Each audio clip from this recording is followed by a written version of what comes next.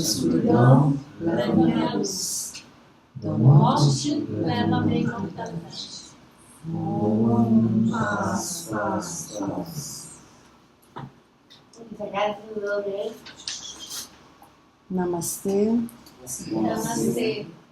Hoje o nosso estudo é a importância dos relacionamentos harmoniosos. Isso, iniciamos. Estou precisando.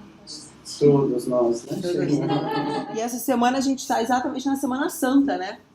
E o simbolismo da Semana Santa é extremamente importante. E aqui a gente no início estava perguntando se a gente comemora, o que a gente faz, né?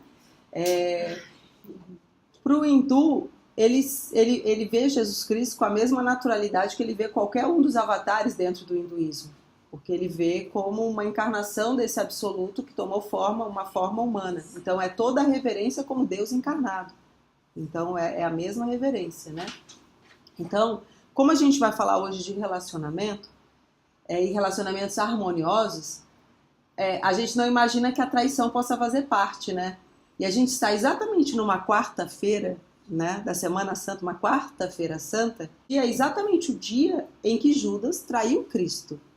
Foi exatamente quarta-feira. Na terça-feira, Cristo anuncia que ele seria traído, ele anuncia a própria morte, e os discípulos se entristecem. Então, há um entristecimento, né, de terça para quarta. Na quarta ele é traído com aquele beijo, que todo mundo conhece a história. Judas se vende, né, por conta disso, por conta do dinheiro, enfim. E depois a gente pode fazer até uma reflexão acerca disso, né? Quem trai quem? Que traição é essa? Porque antes de você trair o outro, você primeiro trai a si mesmo. E numa perspectiva da Vedanta, do Vaita, que tudo é uma unidade, você na verdade só trai a si mesmo. Quando você viola a ética, você está violando a si mesmo, você está ferindo a si mesmo, não é só ferindo ao outro. E Cristo deixa isso bem claro também quando ele fala que tudo aquilo que você faz a uma outra pessoa, na verdade, está fazendo a si mesmo. E se você vai visitar aquele que está preso ou aquele que está adoentado, na verdade, a quem que você visita? Ao próprio Cristo. Como isso seria possível se não houvesse uma unidade? Senão seria figura de linguagem. Ou seja, a presença de Deus no outro. Então, toda vez que a gente fere alguém, que a gente trai, a gente, na verdade, está ferindo, está traindo a gente mesmo. Agora, é claro, numa perspectiva de dualidade, porque quando a gente fala de relacionamento, a gente já está falando dentro da figura que alguns já estão se familiarizando, né, que é a figura de Maya, né? Maya, essa grande ilusão, essa divisão, essa separação que faz com que a nossa consciência seja separada dessa consciência absoluta, dessa consciência cósmica. Veja, seja, entre aspas, aparente ser separada. É a ideia de cisão. Se você pegar no cristianismo, qual é a explicação que às vezes é dado acerca do diabo? O diabo é aquele que mente, é aquele que divide. Olha que interessante a relação. Divide, né? Separa. Cristo até fala também para a gente ter cuidado com tudo aquilo que separa, que cria cisão. Por que os relacionamentos às vezes não prosseguem? Por quê? Porque começa a haver cisão. E a cisão vem de onde? Vem da dualidade. Aí, se a gente olhar no sentido mais amplo, né? Vem do próprio ego, da dificuldade da gente lidar com essas questões da própria existência. Claro, atinge a todos nós. Mas se a gente sempre procurássemos, né, sempre recobrar a ideia de unidade, fica mais fácil você passar pela dualidade. E a dualidade, ela é para todos nós. Quando a gente fala dualidade aqui, a gente não está falando só da separação entre nós e a divindade, entre nós e os outros, né? Ou seja, aquilo que cria a multiplicidade. Nós estamos falando também dos altos e baixos que são inerentes a essa dualidade. O próprio prazer e a dor como opostos, mas as diferentes fases em que você tem o prazer e a dor como eventos sucessivos, inevitáveis, porque na hora que você está vivenciando a coisa boa, você não quer que aquilo pare. E na hora que você está vivenciando a coisa ruim, você desesperadamente quer que aquilo cesse, desapareça de sua vida, né? Mas aquilo está causando algo em você, causando transformações. Mas se a gente olhar também num outro sentido, aquilo, além de causa, também é efeito. Você está causando aquilo. Aí você pensa, puxa, mas como eu estou causando aquilo que vai me gerar um mal-estar, uma sensação ruim? Se a gente pensar na ideia de unidade, uma unidade subjacente a tudo e anterior à própria criação, a gente está falando dessa unidade, só para a gente não esquecer disso. Isso está causando essa multiplicidade, esse teatro da vida. Então os relacionamentos, eles só podem existir porque existe dualidade. E existe relação de um? Não. A não ser que a gente fale assim, de você com você mesmo. Aí a gente se transforma em objeto de nós mesmos. É o que nós fazemos com a mente. Quando nós trabalhamos a mente, quando fazemos autoanálise, quando passamos por esse processo meditativo, a gente está tornando a nossa mente um objeto, não é? Objeto da nossa reflexão, da nossa análise. Mas no sentido mais profundo, além da própria mente, não tem relação. Não tem outro.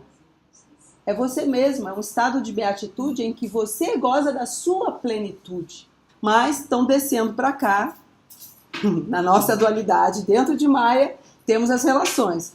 E já que temos as relações e estamos identificados com o ego, precisamos que elas sejam harmoniosas, que elas possam trazer satisfação e nos conduzir mais próximo dessa unidade, mais próximo da espiritualidade que a gente busca. Então o estudo de hoje é para a gente falar um pouquinho sobre isso. A importância das relações humanas harmoniosas. No Sermão da Montanha, o Senhor Jesus disse: se trazes tua oferenda ao altar e ali te recordas de que teu irmão tem algo contra ti, deixa tua oferenda perante o altar, volta, reconcilia-te primeiro com teu irmão e então vem e apresenta a tua oferenda. Mateus capítulo 5, versículos 23 e 24. Olha só que interessante, antes da gente entrar no próximo parágrafo. Lembram do Bhagavad Gita?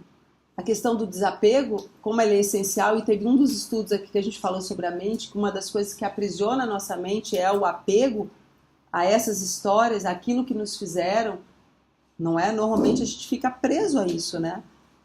A gente quer ou a vingança, ou a gente quer mostrar que a gente está bem, a gente quer, né, a punição do outro, ou a gente quer o retorno de uma situação que havia antes. Todas são possibilidades que mantêm, às vezes, a gente aprisionado, não livrando a mente daquilo que já passou para enxergar o presente tal qual ele é. Então, nesse sentido, é como se a gente falasse aqui que o ódio, a mágoa, né, a ausência de perdão aprisiona muito mais do que qualquer coisa. Vocês acham que o que mantém as pessoas mais assim, né, o amor ou o ódio? As pessoas às vezes pensam que é o amor, né? Quer ficar juntinho e tal, né? Mas é o ódio. Porque o amor liberta. O amor permite as pessoas serem o que elas são, aonde quer que elas estejam. Não aprisiona, não sufoca. Sufoque uma pessoa. Você quer sair do abraço. E isso acontece, porque a gente confunde amor com isso. Isso não é amor. A gente é que... Aí vem o apego. Isso é apego, na verdade. Isso é uma demonstração excessiva. E a tendência... Querer o outro. E aí em tudo que é excessivo, você vai gerar possuir, o efeito oposto. Possuir. Aí, ó. Possuir. O outro não é possuível. Aí que tá. O outro não é possuível. Não é essa relação. Então é interessante a gente rever uma ideia. O ego, ele quer a posse do outro, ele quer a posse dos objetos, ele quer a permanência das situações, porque ele quer ter o controle também, porque é aquilo que está gerando satisfação, né? Está gerando prazer. Só que a gente sabe que não funciona assim. Até porque se você se condiciona numa ideia de posse, isso significa que existe uma não posse. A não posse é sofrimento, não é? A posse, na sua cabeça, acha que não é sofrimento. Só que a posse gera sofrimento também. E ambos são ilusões. Porque se você vai numa perspectiva daquilo que Ramakrishna fala, do ego maduro, o ego maduro, não só naquele sentido do ego que serve, mas aquele ego que sabe que não possui nada. Ele não se apossa de nada. É tudo do Criador. Então, quando você se vincula, se identifica com o teu verdadeiro ser, esse não é a plenitude? Então você não é carente de nada. Fica mais fácil sobreviver às intempéries, né? Dos períodos baixos, né? Dos relacionamentos. Não fica mais fácil?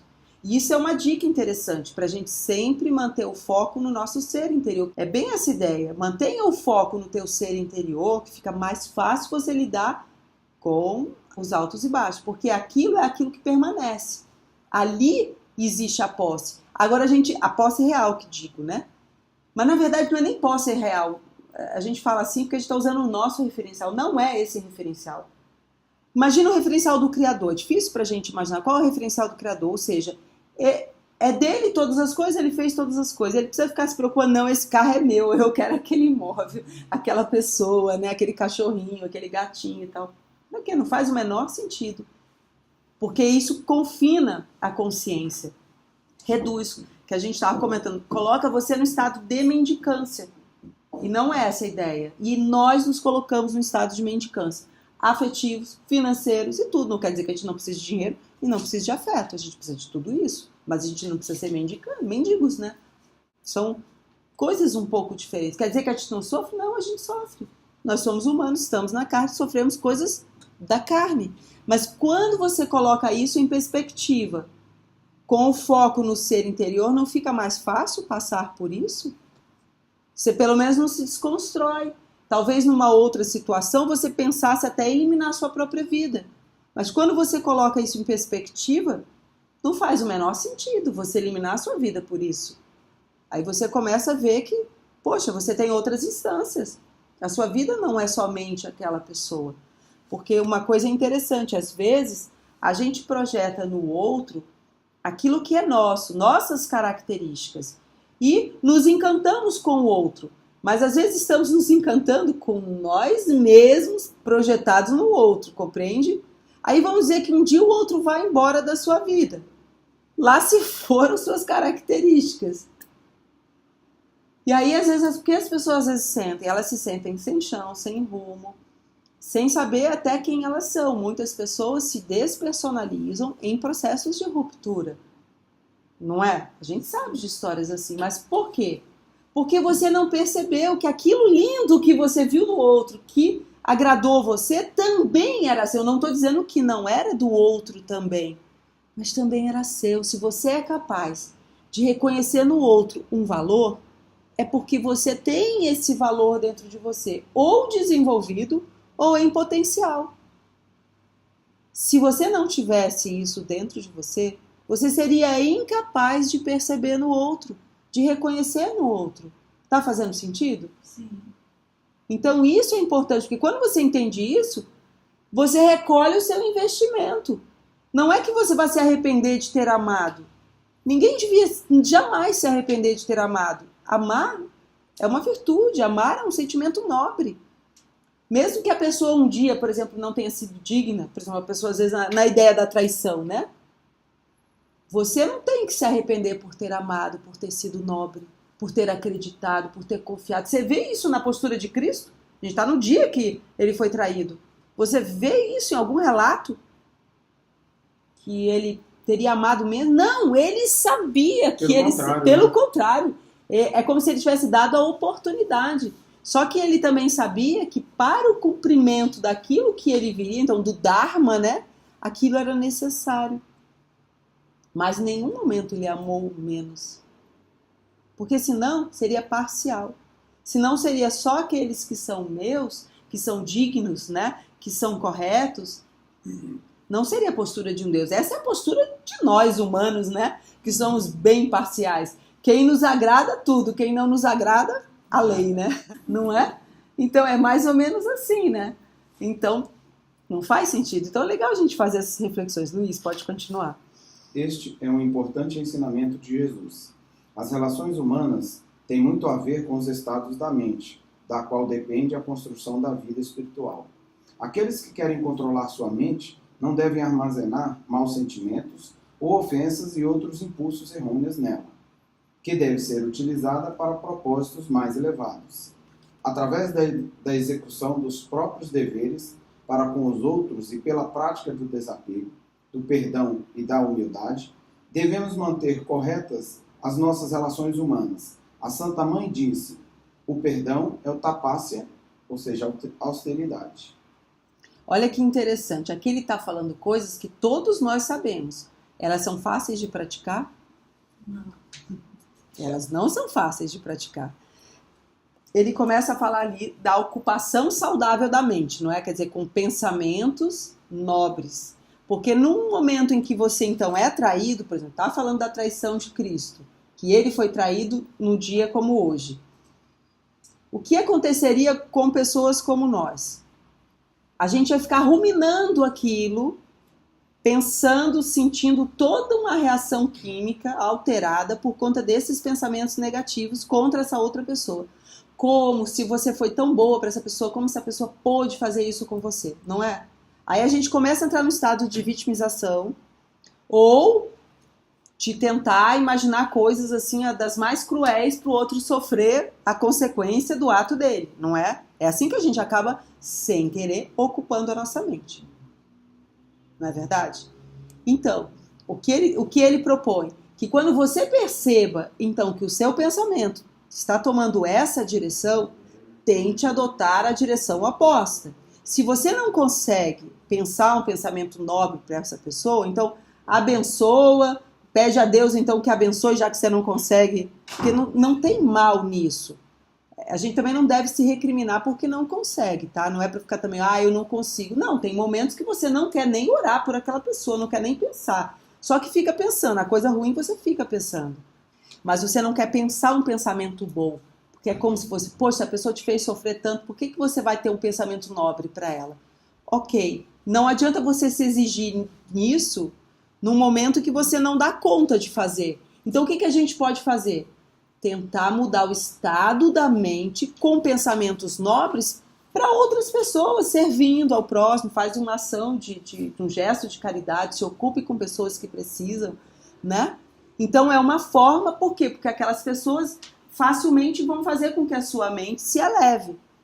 Ao elevar-se, você vai diminuindo a incidência daquela sensação ruim, desconfortável, sem estar diretamente mexendo nela.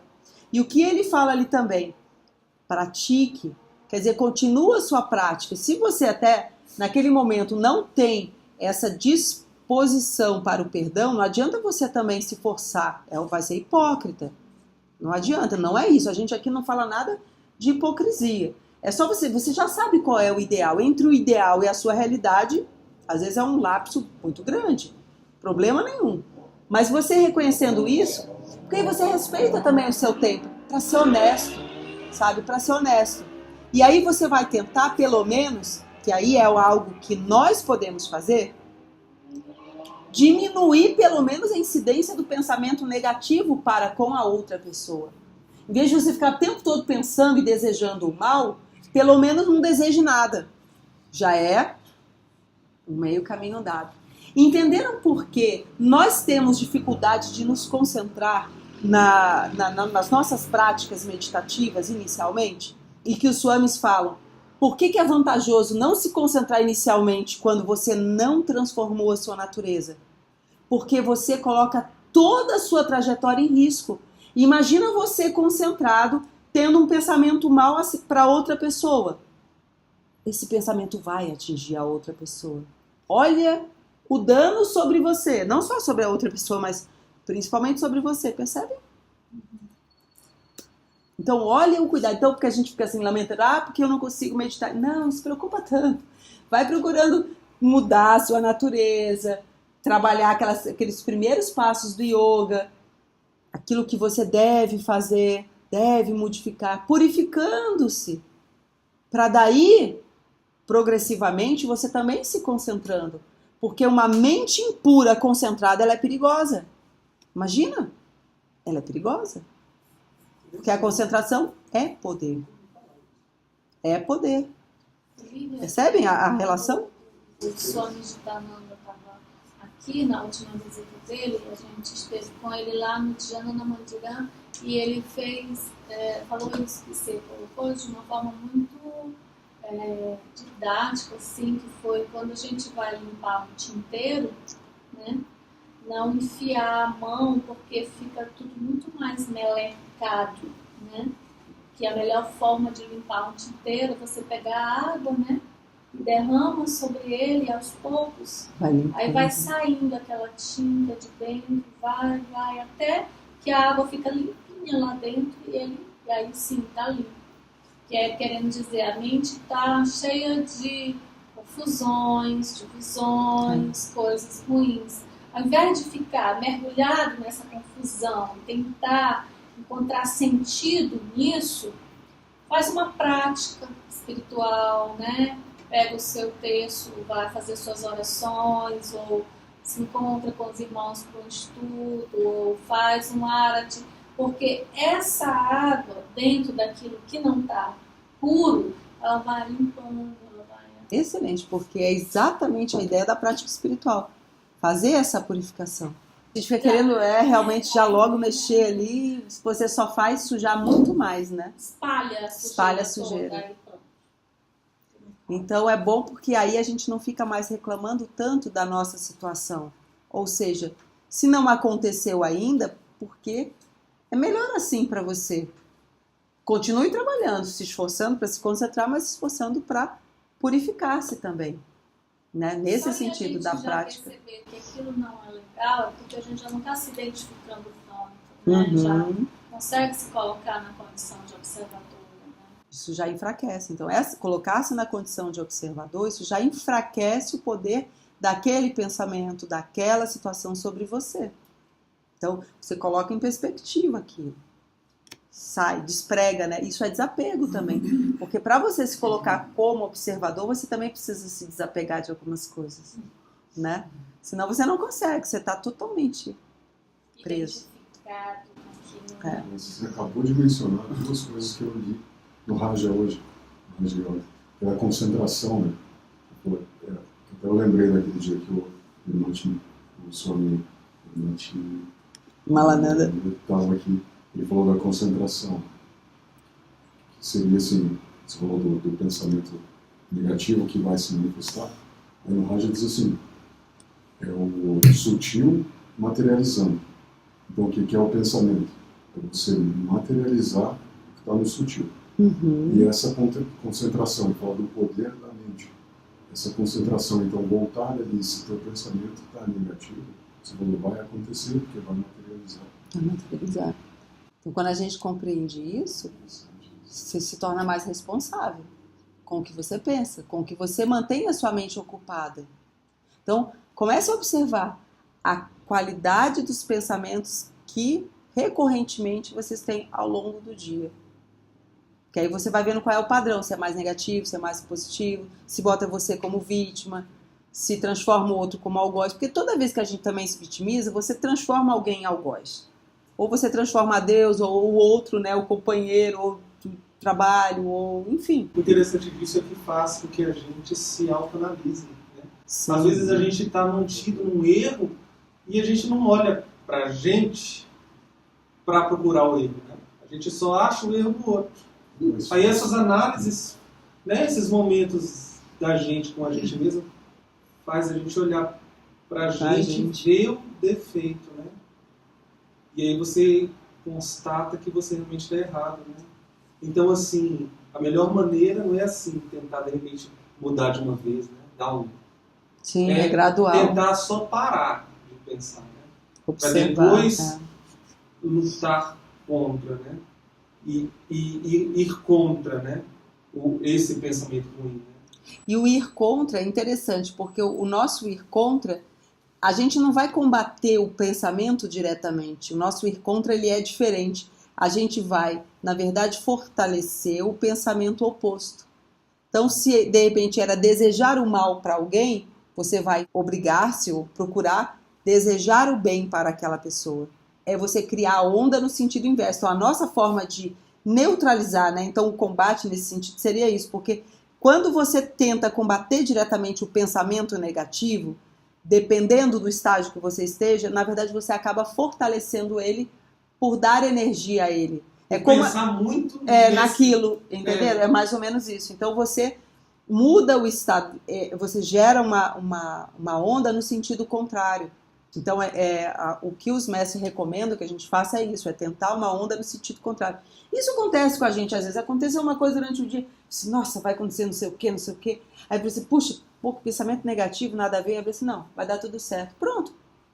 Você mesmo já se liberta daquele pensamento, já. Agora, se você fica, mas eu pensei isso. Mas por que eu pensei isso? Eu pensei isso porque eu tô negativo. Nossa, mas eu tô negativo por causa... Diga, Elias. Você comentar algo que o Demetrio falou antes, que você, se observando, você vê o defeito. Eu estava lembrando o seguinte, um dos motivos da meditação, né? Você olhar para o interno, conhecer o funcionamento, quer dizer, entender o funcionamento da mente, e não ver isso, não é um defeito, é como ela funciona. Assim, pô, né? Porque às vezes a gente atribui esse defeito, como se fosse qualidades, defeitos, atributos a algo identificado, assim. Uhum. Quer dizer, não sou eu não sou assim. É o funcionamento da coisa. Aí você, e aí essa história, às vezes, do pensamento oposto, forças opostas e tal, esse controle da mente, assim. Sim. Não tem essa guerra de Sim. forças opostas. Não, ela funciona assim, mas ela não precisa funcionar assim, ela pode funcionar de certa forma. Tem uma história que eu acho muito curiosa sobre isso, que é de uma mulher que passou 7 anos numa depressão muito forte. Ela escreveu depois disso um livro que tem servido de orientação, que foi quando ela fez uma pergunta, que ela observou que ela estava contando a história da vida dela sempre do mesmo jeito. Dentro da cabeça dela passava um filme da história da vida dela, que era o mesmo filme, se repetindo. E aí ela se perguntou, e se eu tentasse contar o que aconteceu comigo de outra forma? Olha que bárbaro. E se eu desse uma outra versão para essa história? E aí ela começou a fazer essa experiência de contar as mesmas coisas, só que com um outro roteiro, uma outra versão, e ela começou aos poucos a sair daquele momento cinzento, e ela conseguiu superar a depressão. E hoje ela tem um livro que é muito interessante, que é Experimente Encontrar uma Outra Versão dessa Situação. Todas as vezes que a gente passa por situações muito diferentes, é extremamente desafiador, porque a gente se apega a uma versão. Sim.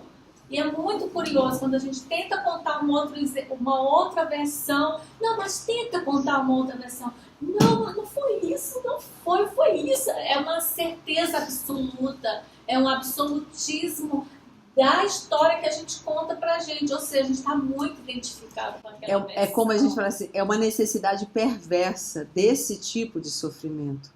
Porque a gente se coloca nessa condição. Então, na verdade, aquilo tem uma utilidade para nós. Claro, quem vê de fora percebe que você não precisa de ficar o tempo todo naquilo, que você pode sair daquela história. Então, mas é porque você precisa daquilo. Existe um ganho também. Veja, é um ganho miserável, é um ganho mendicante, tá? É um ganho extremamente empobrecido, mas é um ganho. Às vezes é um ganho de atenção ou de falta de responsabilidade. Você mantém aquilo, você não precisa fazer outras coisas, porque você tem aquela história já como uma grande desculpa. Às vezes a gente tem isso também como desculpa. Até o momento que você se torna protagonista, se apropria da sua história e não fica mais tão refém desses padrões. E aí pode mudar o que na psicologia a gente chama de elaborar a sua história, elaborar um trauma, elaborar um fato. Então você pode, como Sheila falou, reescrever isso de outra forma. Por que não? E nunca é tarde, né? Sim, nunca é tarde. Às vezes a gente tem esse pensamento de que a gente vai desistir porque é tarde demais, né? E nunca, no final das contas, é tarde, né? Dentro do triângulo do drama, porque a gente é muito apegado a um drama, né? Parece que a gente não vive sem um drama bem gostoso, bem delicioso. Dentro do triângulo do drama, a posição mais poderosa é a da vítima. Sim. A vítima cria o algoz e cria o salvador da pátria. Se não houver vítima, não há triângulo do drama. Então, assim, como é importante a gente estar atento para não se colocar nesse lugar, porque, uau, né? Que desperdício de tempo, a gente podia estar E curtindo. de energia, né? Né? É. Mas a gente fica ali porque é poderoso. Se não fosse poderoso, a gente não ia para aquele lugar. Aí vem Swami Vivekananda e deixa assim bem na nossa realidade que, na verdade, aquilo tudo é responsabilidade sua. Então não adianta você ficar, mas por que isso ou por que aquilo? Ele tira essa ideia de vitimologia. Tira totalmente, ele transfere para você a responsabilidade. Então, se você construiu aquela história, você pode modificá-la. Mas assuma que você construiu, porque enquanto você não assumir isso, você continua no papel de vítima. E se tem uma vítima, tem um algoz. Na medida que você assume a responsabilidade, você é ambos. A vítima e o algoz. E o seu salvador? E o seu salvador, exatamente. Lembra daquela historinha que Ramakrishna fala? Você está preso, mas na verdade foi a sua mente que te colocou numa condição de prisioneira e é a tua mente que vai te dar a liberação também. Você só vai se libertar a partir da permissão da sua própria mente. É interessante isso.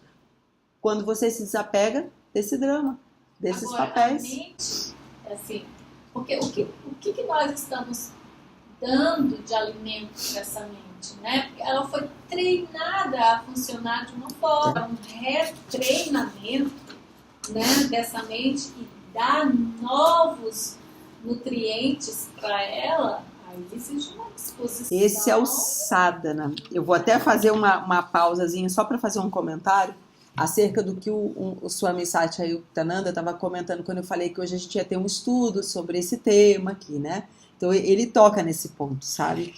Aí ele fala assim, ó, que Yoga e Vedanta são dois olhos para que a gente possa ter uma visão mais clara, então, dessa vida. E ele fala assim, e o remédio para todas as calamidades. E não só do próprio mundo, mas no nosso mundinho, as nossas calamidades pessoais, né? Aí ele fala assim, o corpo e a mente, se nós cuidarmos, a alma se erguerá por si mesma.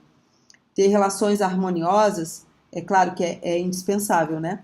Mas que todas essas dificuldades e, vamos dizer assim, os conflitos que acontecem, eles são inevitáveis, eles são próprios da dualidade, da diferença entre as pessoas. A gente falou que quando mergulhamos na dualidade, existe a diferença, existe a multiplicidade. Na unidade, não. O próprio nome diz, então não tem essa diferenciação. Então o atrito vem da diferença. Então a gente não precisa ver que todo atrito seja necessariamente um conflito. A gente pode ver o atrito como um movimento de forças que vão gerar o crescimento.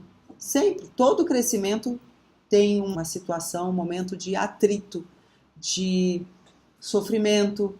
Se você for imaginar a quebra da casca do ovo, né, então vamos imaginar que nós quebrando de repente, né, algumas cascas que nos envolvem, cascas essas emocionais, couraças emocionais.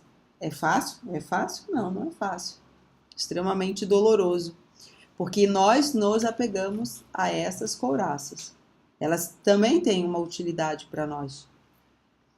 Só que é uma utilidade que depois ela se torna perversa, ela te aprisiona. No início parece que é para te libertar, para gerar uma sensação de satisfação, de conforto, né? Depois ela acaba aprisionando você. Então a gente está precisando sempre rompendo. Cada invólucro que chega, você vai rompendo. Cada um que você identifica, né, você vai rompendo. Daí ele fala assim, temos que sair de tudo isso pelo nosso pensamento positivo. Então ele coloca muito clara a importância de nós mantermos o pensamento positivo. Aí esse pensamento positivo vira o alimento também para essa mente. Agora é claro, às vezes você não consegue ter o pensamento positivo se você não escolher, por exemplo, uma leitura, uma amizade que de repente seja nutritiva, um encontro, um vídeo, algo que você ouça, são alimentos que você está dando para essa mente, né? Para facilitar um pensamento positivo, porque se você só ficar se nutrindo de desgraça, difícil você botar o pensamento positivo, né? Você acaba entrando no padrão do mundo, né? Na corrente do mundo. Aí ele fala um outro ponto, ó, a oração sincera e a definição do claro objetivo. A gente precisa ter clareza dos nossos objetivos, onde queremos chegar, qual o sentido do que fazemos. Isso precisa estar claro para nós, porque isso nos fortalece. Ainda que o nosso objetivo não seja tão grande, às vezes pode ser só adquirir uma rotina espiritual, pode ser um objetivo inicial. Depois de conquistado, passe para outro. Quanto tempo vou meditar? Mas às vezes o primeiro objetivo pode ser estabelecer um tempo na sua agenda, tão solicitada. E depois o outro ponto que ele coloca aqui, a graça de Deus. Então, tudo isso nos ajudará a vencer as dificuldades, né? Todas as dificuldades. E aí, claro, ele fala para a gente procurar se esforçar ao máximo. No fundo, a gente fala assim, a gente vai dar o melhor de nós. Quando passa a situação, a gente sabe que a gente nunca deu o melhor de nós, né? Essa que é a verdade. Mas também, se a gente analisar por outra perspectiva, a gente deu o melhor de nós sob aquelas condições, não é? Agora, quando você coloca aquelas condições em suspense e olha aquilo em perspectiva, você sabe que poderia fazer diferente. Porque, claro, você ali não está sendo... Como você comentou, né, Demétrio? Hoje teve um dia assim, eu imagino as situações vindo e você fugindo aqui, fugindo. Chega uma hora que você nem lembra mais do seu ideal, nem lembra mais do ser interior, nem lembra mais de nada, nem de mantra, nem de coisa nenhuma. Porque você está sendo puxado para cá, puxado para lá, puxado... Chega uma hora que você fica meio que atordoado, não fica? Isso acontece com todos nós. Então, veja, é bom a gente saber que acontece com todos nós. O que vai começar a diminuir é o tempo que você permanece nesse estado. Porque antes você ficava nesse estado muito tempo e nem percebia, nem se dava conta. Ficava só lutando para sobreviver e não se dava conta. Agora você já se dá conta e você consegue sair. Você teve uma escolha. Naquele momento você disse, não, agora chega, deu, acabou. Né? Você deu um limite para aquilo. Então, naquele momento, você, além de ter tido consciência do estado que se encontrava, começou a ter escolha sobre a continuidade daquilo ou não. Então, isso é interessante, são mudanças. Porque a gente vai mudando o tempo que a gente permanece nessa loucura. Agora, a gente, às vezes, necessariamente não vai eliminar todas as situações desconfortáveis, porque às vezes a gente pensa que, porque a gente lê as coisas que você vai só atraindo coisa boa, ok, você vai atraindo coisas boas, mas o mundo é uma dualidade, não se esqueçam disso. Então, senão a gente vai ficar sempre pensando, esperando o paraíso aqui, né, nessa dualidade, não é. Aliás, o paraíso é na dualidade. Dentro da visão hindu, ele é na dualidade. O paraíso é, vamos dizer assim, seria o alto nível da dualidade, mas ainda é dualidade, ainda está dentro de Maya, é isso que a gente quer dizer, ainda está separado. Por mais que você viva as graças e tal, ainda existe uma separação entre você e o Criador, só para deixar claro isso, né?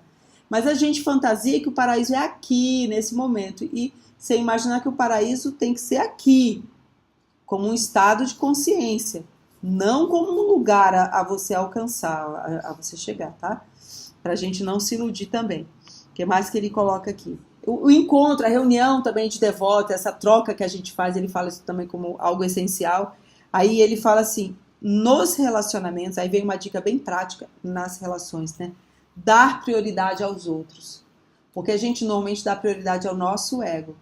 Veja, não é a gente ser subserviente, não é a gente esquecer da gente, não é nesse sentido.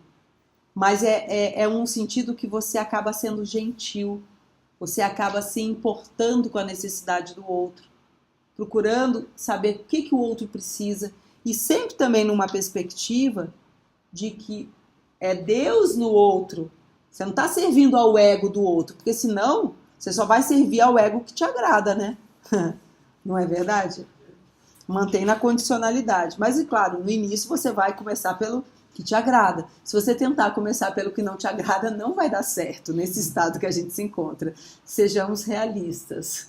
Então é melhor você começar pelo que te agrada e aprimorando essas relações. E naquilo que não te agrada, pelo menos não blasfemar, não desejar o mal, já é uma ajuda e tanto. Aí depois começar a desejar o bem, para daí depois ser incondicional. Mas às vezes a gente tenta dar um salto maior do que as pernas e depois não consegue e abre, isso não dá certo, isso não funciona. E não é bem assim, né? Você falou, né? Você ver Deus no outro, servir ao outro, é o Bhakti, né? É, o Bhakti, Karma Yoga também, né? O Bhakti fala isso, né? Você servir ao outro, ver Deus no outro, né? E vai bem ao encontro daquilo que Cristo fala, né?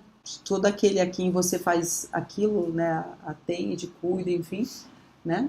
Você visita, é a mim que você o faz, né? Sempre nessa ideia de unidade. Aí só me dá uma sugestão também interessante, que é nas relações, né? Nos relacionamentos afetivos, que a gente possa reconhecer os pontos valiosos das outras pessoas. reconhecer aquilo que tem de valor. Quando você faz isso e até evidencia para as pessoas ficam mais abertas para você. Mesmo que seja alguém que até você tenha conflitos.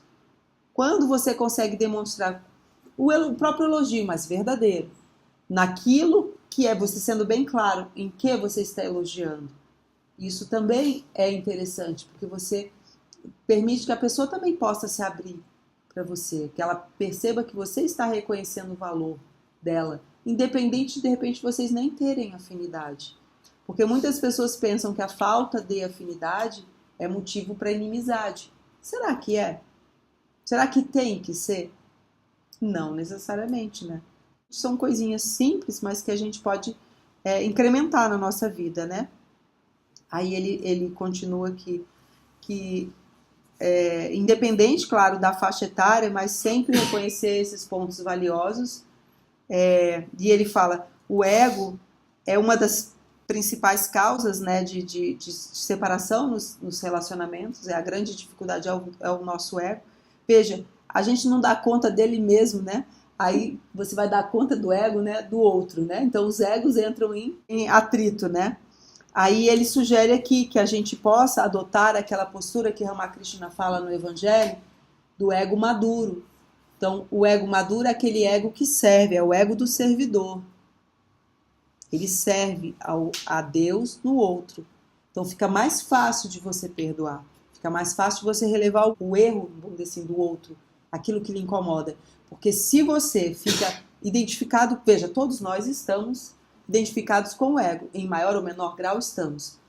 Precisamos do ego. Então o que a gente faz? Procurar amadurecer esse ego, porque a gente não está aqui também demonizando o ego. O ego tem uma função.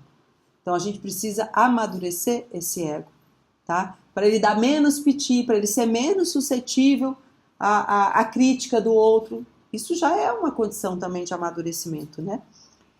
Não ficar tão vulnerável e tentar sempre relembrar do teu ser interior, que é além desse ego, que usa o ego como instrumento, tal qual o corpo. O corpo é instrumento, o ego também é instrumento, a mente é instrumento. Você não pode dizer que você é seu corpo, que você é seu ego, que você é sua mente. Mas num certo sentido que você está no corpo, utiliza a mente, utiliza o ego, obviamente, então você é tudo isso, esse conjunto, né? Mas provisoriamente, isso não é a sua última instância, né? Não é a sua verdadeira natureza, é isso que a gente vê aqui em Vedanta, né? Então, só de pensar isso em perspectiva já ajuda, né? A colocar também as coisas em perspectiva. E aí ele fala para a gente procurar, então, perceber o nível de imaturidade que temos para que a gente possa ir alçando o voo da maturidade. E isso para todos nós, quando a gente fala assim, não é porque sejamos crianças ou não, mas é uma infantilidade natural de todos nós. E aí ele fala do sadhana, da importância da prática espiritual, que foi bem o que o Luiz leu, dessa prática diária também. E aí o Swami Buddhananda, que é do livro A Mente e o Seu Controle, ele sugere o perdão. Só que o perdão também não é fácil. Então só de você já ter uma atitude, você sabe que a direção é aquela. O que você pode fazer para chegar naquela direção? A prática espiritual, a oração, tudo isso vai fazendo com que você se coloque em condições de que o perdão aconteça. É como o amor. Você se coloca em condições que o amor incondicional também aconteça. A gente não tem ingerência sobre ele, a gente, na verdade, se percebe. A gente tem ingerência, sim, se colocar aberto para isso. Mas quando ele acontece, você percebe que aconteceu, você percebe que não fez nada diretamente. É como o estado de equanimidade. Você se coloca tentando superar situações difíceis, um dia difícil, uma situação complicada, um dia muito bom, para não se perder nos extremos. É um exercício nosso. Mas quando de fato você se percebe equânime, que essas situações não afetam você e que você tem um amor pelas pessoas igual, que não importa se elas são agradáveis ou desagradáveis a você, você percebe que isso aconteceu e não foi você que fez. Aconteceu. Porque essa é a sua natureza.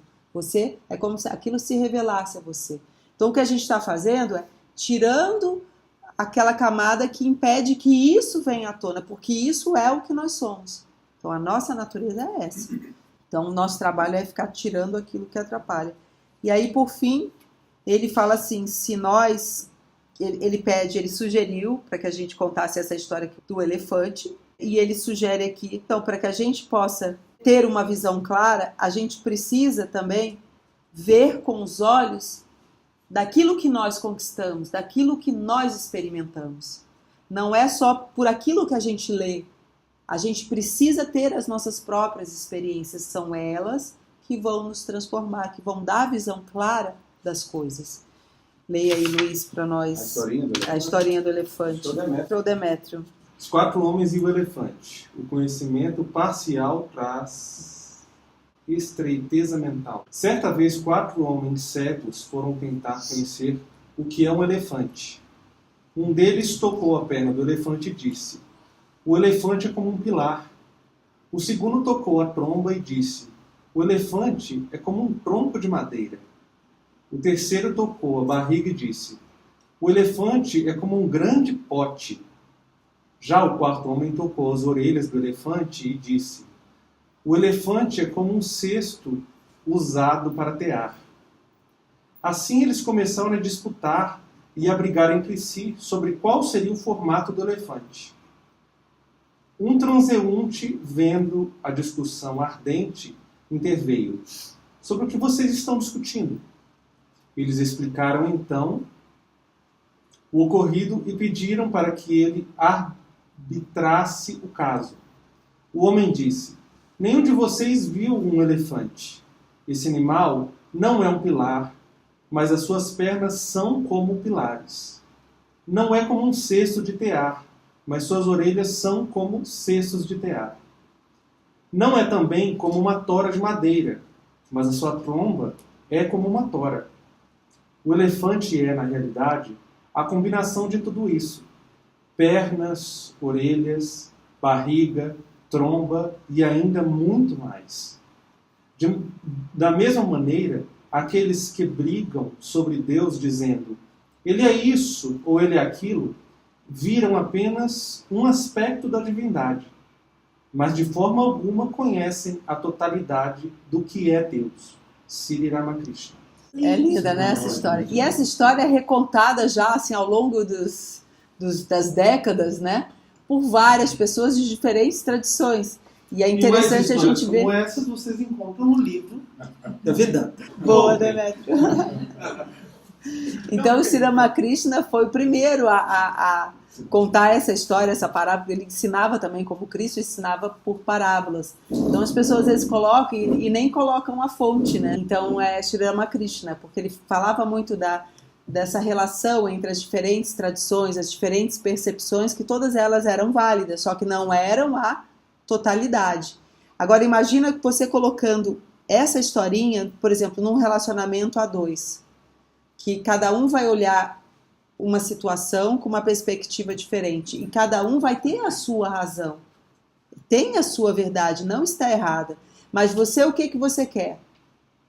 Mudar a verdade do outro, em geral, do ponto de vista e impõe, não é?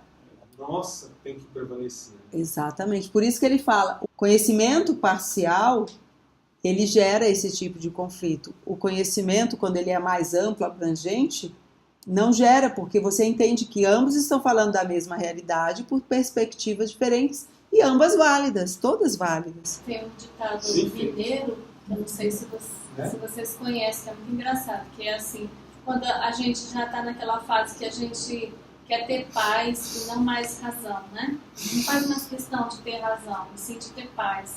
Aí os mineiros dizem assim: eu estou vendendo minha farinha por 5 centavos. É um jeito bem engraçado, né? Ah, eu não estou mais fazendo questão, estou vendendo por 5 centavos. Pode levar.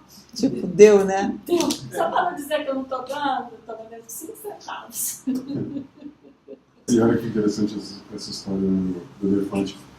Os 4 brigando lá pela razão eram cegos, quer dizer, nenhum deles tinha condições de ver a realidade. Né? E é como nós aqui, nessa experimentação, né, da espiritualidade, limitados, né, nós não temos essa condição de dentro da limitação, dentro da dualidade, alcançar. O interessante é que a nossa presunção ela é tão grande que nós temos certezas E principalmente das certezas que não são nossas, que são as dos outros. Você põe as suas certezas sobre a realidade do outro e você tem certeza que o outro fez por causa daquilo, com essa intenção, assim, assim, assado, não é? Por que as pessoas entram em atrito, muitas das vezes? Porque as outras começam a inferir, não é? Nos relacionamentos, né, afetivos, normalmente uma boa parte do problema é dessa natureza, não é? Porque você usa os seus referenciais para julgar o outro, não é? Não está errado, veja, não está errado porque nós só possuímos os nossos referenciais. Mas o que a gente pode fazer é colocar isso em perspectiva também, porque se a gente sabe que eles são os nossos referenciais, isso quer dizer que a sua farinha não é a farinha do outro. Pronto. Simples assim. E a paz que a gente alcança quando a gente para de fazer questão, né? Uau, que delícia. Experimentar outra forma de lidar com a com situação. esses conflitos, com A gente essas vo- disputas. A gente volta também lá naquela coisa que a gente estava falando de olhar para nós mesmos, né? A Sim. gente olhar a perspectiva do nosso eu, É. né? Isso é muito... Porque muitas das vezes a gente também quer confirmar as nossas hipóteses com a história dos outros. A gente não só com a gente mesma, mas a gente utiliza as pessoas para confirmar o papel de vítima. Então a gente quer, né, confirmar as nossas hipóteses com as outras pessoas. Olha como nós somos perversos. A gente utiliza as pessoas para esses nossos dramas pessoais. Então, quanto mais rapidamente a gente se desapegar desses dramas pessoais, então, é fácil desapegar deles? Não. Então, o que você faz? Faz sua prática espiritual. Faz uma prática espiritual que você vai fazer uma ocupação saudável da sua mente e você começa, pela lei do desuso também, enfraquecer aquela tendência a você ficar se vitimizando tanto, tendência de querer tanto chamar atenção, né? Porque a vítima sempre quer um tipo de atenção, mesmo que ela não assuma, porque às vezes a vítima se distingue, né? Tem isso, né? Mas não, porque vira o centro da atenção. A vítima não vira o centro, acaba virando o centro da atenção.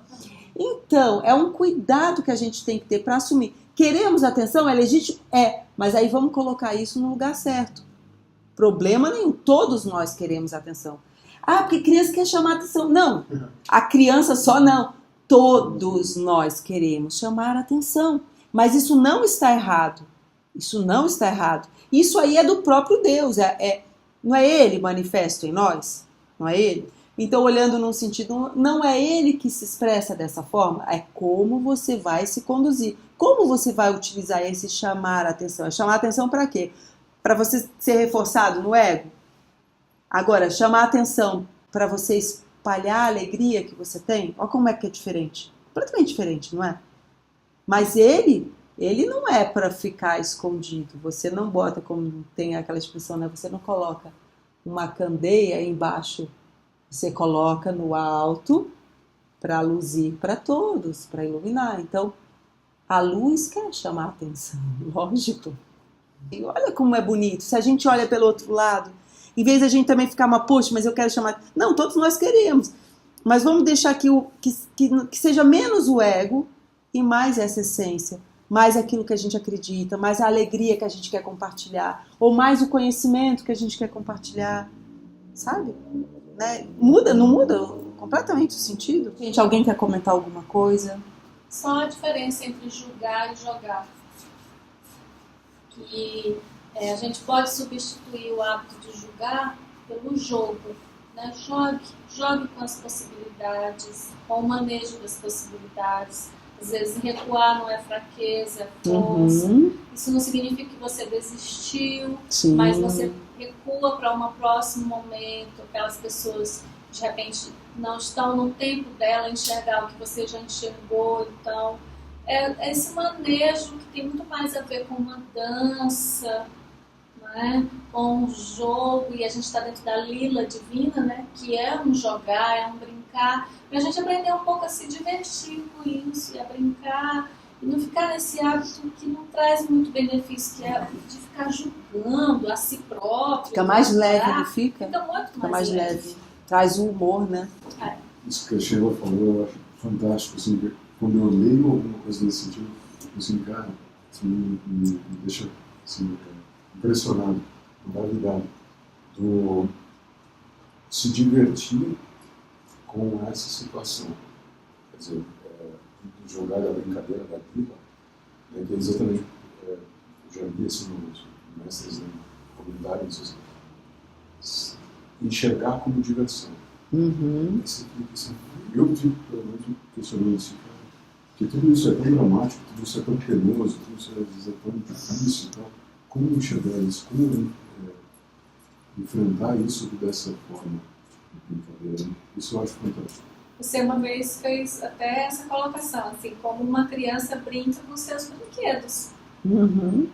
É sério, Uhum. mas ela tá brincando. Mas ela tá brincando. E ela sabe que tá E ela brincando. sabe. Agora tira o brinquedo dela pra você. Eu nunca ouvi isso. É verdade, né? Mas ela tá brincando. Mas ela tá brincando e ela sabe. Mas Agora, é sério. é uma brincadeira séria. É legal. Nunca ouvi isso. Muito A gente pode levar isso como uma reflexão, inclusive, para nossa meditação hoje, né?